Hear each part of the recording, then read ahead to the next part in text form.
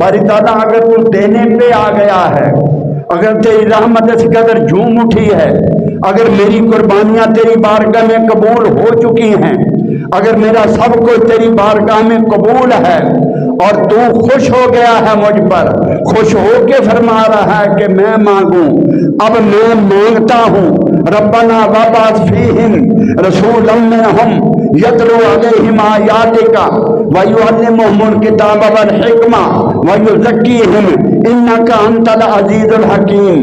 ربنا وابعث فیہم، باری تعالیٰ وہ تیرا معبود جس کی خاطر تو نے اس کائنات کو پیدا فرمایا تھا، وہ تیرا معبود جس کی نبوت پر ایمان لانے کا وعدہ انبیاء کی روحوں سے لیا تھا، جس نبی کا نام تو نے عرش معلیٰ پہ لکھا تھا، جس محبوب کا نام تو نے جنت کے دروازوں پہ لکھا تھا، جس محبوب کا نام تو نے جنت کے درختوں کے پتوں پہ لکھا تھا، جس کا نام تو نے حوروں کے سینوں پہ لکھا تھا، فرشتوں کی آنکھوں کی پتلیوں سے لکھا تھا، پتلیوں پر لکھا تھا، جو وجہ تخلیق کائنات ہے، جس کی خاطر اس کائنات کو پیدا کیا گیا ہے، جس نے ختم نبوت کا تاج پہن کر دنیا میں تشریف لانا ہے، جو ختم نبوت کا تاج پہن کر آئے گا، باری تعالیٰ وہ محبوب خدا جس کی خاطر اس کائنات کو پیدا کیا گیا، وہ محبوب خدا حضرت محمد مصطفیٰ کو میری صلب میں سے پیدا فرما دے، میری اولاد میں سے پیدا فرما دے، میرے بطن میں سے پیدا فرما دے۔ جب ابراہیم یہ مانگ رہے تھے، جب یہ مانگ رہے تھے، ادھر آسمان ہل رہا تھا اور زمین کانپ رہی تھی، فرشتے جھانک رہے تھے، جنتوں کے دروازے کھلے ہوئے تھے کہ ابراہیم خدا جانے آج کیا مانگنے والے ہیں۔ زندگی گزر گئی تھی فرشتوں کو ابراہیم کی قربانیاں دیکھتے دیکھتے، زندگی گزر گئی تھی امتحان دیتے دیتے ابراہیم کو۔ آج خوش ہو کے خدا نے فرمایا، ابراہیم نے ہاتھ اٹھا لیے تھے، ہر شے کانپ رہی تھی، فرشتے جھوم رہے تھے، آسمان کے فرشتے جھانک رہے تھے، ہر شے ہل رہی تھی، عرش خدا ہل رہا تھا، وہ پتھر موم ہو گیا۔ جب مصطفیٰ کا نام آیا تو ابراہیم کے قدم اس پتھر پہ ثبت ہو گئے تھے، اس پتھر پہ ثبت جو ابراہیم کے قدم ہوئے تب ہوئے تھے جب اس پتھر پر انہوں نے کھڑے ہو کے مصطفیٰ کو مانگا تھا، انہوں نے کھڑے ہو کے حضرت محمد مصطفیٰ صلی اللہ علیہ وآلہ وسلم کو مانگا تھا۔ تو اب ابراہیم نے فرمایا، اب اللہ رب العزت نے فرمایا اس جگہ پہ سجدہ کرو جہاں ابراہیم کے قدم لگے۔ ارے نادانو، اے نادانو، تم یہ سمجھو کہ ابراہیم کے قدموں پہ سجدہ، ہائے ہائے ہائے، یہ وہ قدم ہیں جن پہ کھڑے ہو کے ابراہیم نے مصطفیٰ کو مانگا تھا، جس پتھر پہ کھڑے ہو کے مصطفیٰ کو مانگا تھا، حضرت محمد مصطفیٰ کو مانگا تھا۔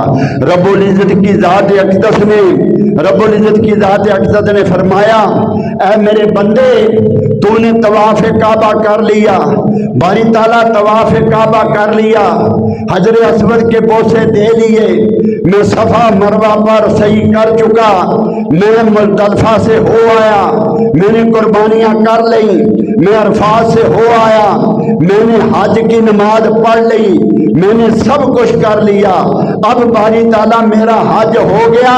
نہیں، حج اس وقت تک نہیں ہوگا جب ابراہیم کے قدموں کے نشانوں پہ سجدہ نہ کر لے۔ یہ سجدہ ابراہیم کے قدموں پہ نہیں، یہ محمد مصطفیٰ کو سجدہ ہے، یہ تاجدار کائنات صلی اللہ علیہ وآلہ وسلم کو سجدہ ہے۔ رب العزت نے فرمایا وَاتَّخِذُوا مِن مَّقَامِ ابراہیم مصلی، ارے ہر شے، ہر عبادت مصطفیٰ کی محتاج، ہر عبادت مصطفیٰ کی۔ ارے بدبختو، نادانو، کعبے جاؤ گے تو جاؤ گے کہ میں کعبے کا دیدار کرنے آیا ہوں، اب میں بخشا جاؤں گا، اب میں بخشا جاؤں گا۔ جو کعبے کو دیکھے گا زندگی کا گناہ معاف ہو جائیں گے، میں دیدار کروں گا تو گناہ معاف ہو جائیں گے۔ ساری عمر قرآن جوتے اٹھاتا پھرتا ہے، ساری عمر بدبخت جھوٹ بولتا پھرتا ہے، ساری عمر حرام کھاتا پھرتا ہے، ساری عمر دنیا سے دھوکے کرتا پھرتا ہے، حرام مال کماتا پھرتا ہے۔ اب کعبے چلا گیا ہے کہ میں دیدار کروں گا اور میرا سب کچھ بخش دیا جائے گا۔ ارے وہ تو کعبہ وہ جگہ ہے جس کے دیدار سے پہلے تو نے اگر عام کسی آدمی کا حق کھایا، جب تک یہ ادا نہیں کرے گا لاکھوں کعبے کے طواف تیرے رائے گاں چلے جائیں گے۔ ساری عمر تو طواف کرتا رہے، ساری عمر طواف کرتا رہے، جس کے ساتھ تو زیادتی کر کے گیا، جب اس کا عوض نہیں دے گا، جب اسے معافی نہیں مانگے گا، اس کا معاوضہ ادا نہیں کرے گا، اس وقت تک تجھے معافی نہیں ملے گی۔ ارے کعبہ فضیلت سب کچھ بجا، کعبے کی فضیلت سب کچھ بجا، مان لیا یہ سب کچھ مانتا ہے، 1 منٹ کے لیے یہ سب کچھ مانتے ہیں تجھے سمجھانے کے لیے، تجھے راہ راست پہ لانے کے لیے، تیری سمت کو درست کرنے کے لیے۔ ایک بات ضروری ہے کہ آقا دو جہاں صلی اللہ علیہ وآلہ وسلم، حضور صلی اللہ علیہ وسلم کعبے کا دعا فرما رہے اور دوران طواف آپ نے کعبے کا غلاف پکڑ لیا، حضور صلی اللہ علیہ وسلم کعبے کا غلاف پکڑ لیا اور آپ نے فرمایا کعبہ تو بہت عزت والا ہے، تو بہت حرمت والا ہے، تو بڑی قدر والا ہے، تیرا ماحول بھی بڑی قدر والا ہے، تیرا ماحول بھی اتنا ماحول قدر والا ہے کہ جو کعبے کی سمت منہ کر کے تھوکے، اہل ادب، اہل علم، اہل نظر، اہل محبت اس امام کے پیچھے نماز پڑھنا مکروہ سمجھتے۔ جو کعبے کی سمت منہ کر کے تھوکتا ہو، کعبے کی سمت منہ نہیں کر سکتے رفع حاجت کے وقت، حتیٰ کہ پشت نہیں کر سکتے۔ مسجدوں کے جب تہارت خانے بناتے ہیں تو شمالاً جنوباً رکھتے ہیں، ننگی پشت بھی کعبے کی حرمت کے خلاف ہے۔ یہ کعبے کی اپنی یہ فضیلتیں ہیں، کعبے کی یہ ساری کعبے کی فضیلت، اس کعبے کو میرے آقا نے، آپ نے غلاف پکڑا، فرمایا تو بڑی عزت والا ہے، تو بڑا مقدس ہے، لیکن ان حرمت المؤمن عند اللہ لأعظم حرمتا منک مالہ و یدہ و دمہ۔ میری امت کا جو مرد مومن ہے، اس کی عزت، اس کی حرمت، اس کا مال، اس کا خون، اس کی جان، اس کی عزت زیادہ ہے تجھ سے بھی خدا کی بارگاہ، اس کی عزت زیادہ ہے تیری خدا کی بارگاہ میں کعبہ تجھ سے، جس کا تو خون پی کے جا رہا ہے، اس کعبے کا دیدار کر لے۔ میں کون کہاں چلا ہوں، عمرہ کرنے چلا ہوں، بدبخت جس کا خون پی کے چلا ہے، پہلے اس کا تو معاوضہ ادا کر، پھر کعبے کا دیدار کرنا۔ یہ سارے تقدس بتانے کے لیے ہیں، یہ سارے تقدس کہاں مرد مومن کی شان، کہاں مرد مومن کی شان اور کہاں کعبے کی شان، سب کچھ بجا، وہ تقدس بجا، وہ عزت بجا، وہ حرمت بجا، رب العزت نے اس کا تعارف کراتے ہوئے، کعبے کا تعارف کراتے ہوئے یہ فرمایا کہ 300 انبیاء کی قبریں ہیں کعبے کے گرد و نواح، 300 انبیاء کی قبریں ہیں، وہ مدفون ہیں کعبے کے گرد و نواح، کعبے کے ماحول میں۔